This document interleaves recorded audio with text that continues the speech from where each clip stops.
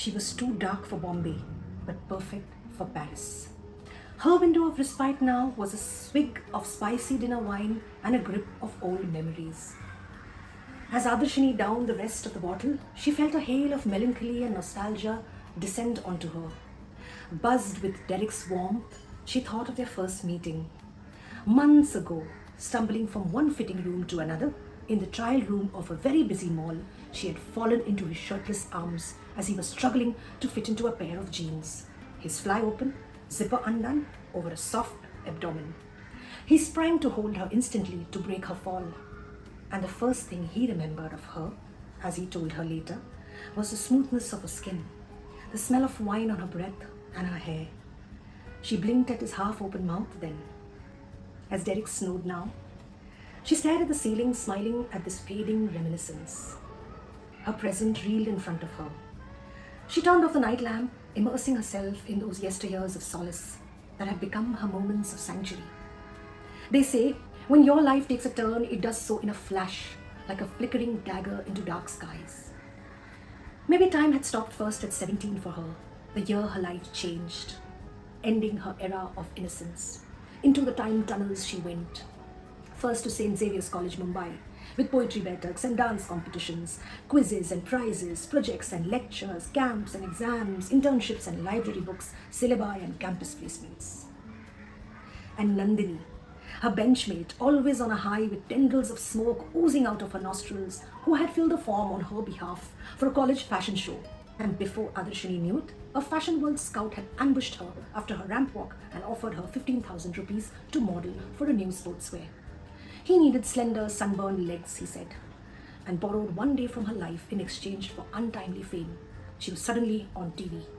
She had hidden her first earnings in an old geometry box among a divider, protractor, ruler, T-square and compass. Every morning, pried it open just to glimpse at the reality of those Gandhi-faced notes.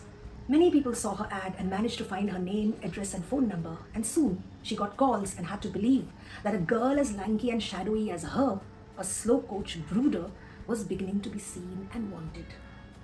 They say if two roads fork into the woods to take the one less travelled, but since both roads were untrodden, Adarshini tossed a coin, relied on the twitch of her eyelid, a phase of the moon outside her bedroom window, the crossing of a black dog or cat, or traced her uppermost thought and gut feeling to decide her path, with equal measures of serendipity and stupidity.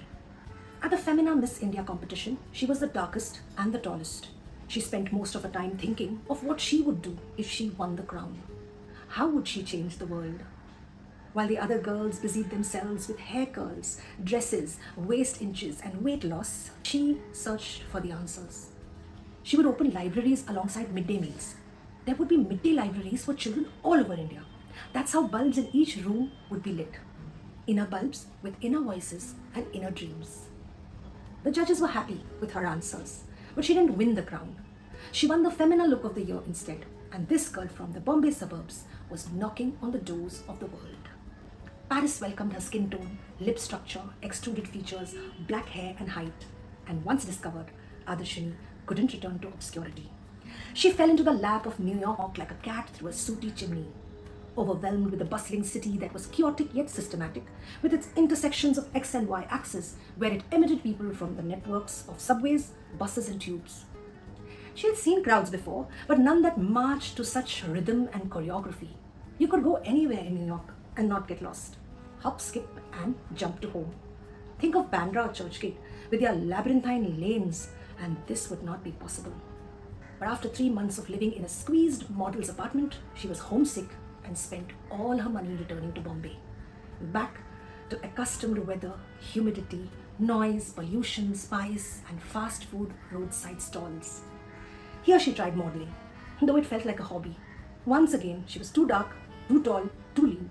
Most models who waited in the ramp aisles actually waited to enter Bollywood, and model agencies were nascent. If designers paid you, they thought they owned you and wasted your time. There was little consideration once the arc lights went out, so she had to discuss her predicament again with her family. This will all end like an expensive vacation before you know it. Why don't you manage my jewelry store and model for it whenever you feel like it? Suggested her elder sister Praniti. Because of you, even dark girls will buy our products. We will break stereotypes that way. Think about it. The most insensitive thing to say, uttered her second sister, Suniti. How? Now, no one can say, even jokingly, that she was picked up from a garbage dump or adopted, or bought at an auction or whatever, said Praniti. Adarshini had learned to cut through her family's inside jokes to reach the core. Now, too, she didn't blink as she said, Dee, I'm not searching for a hobby or a job, but a career as a model, a profession.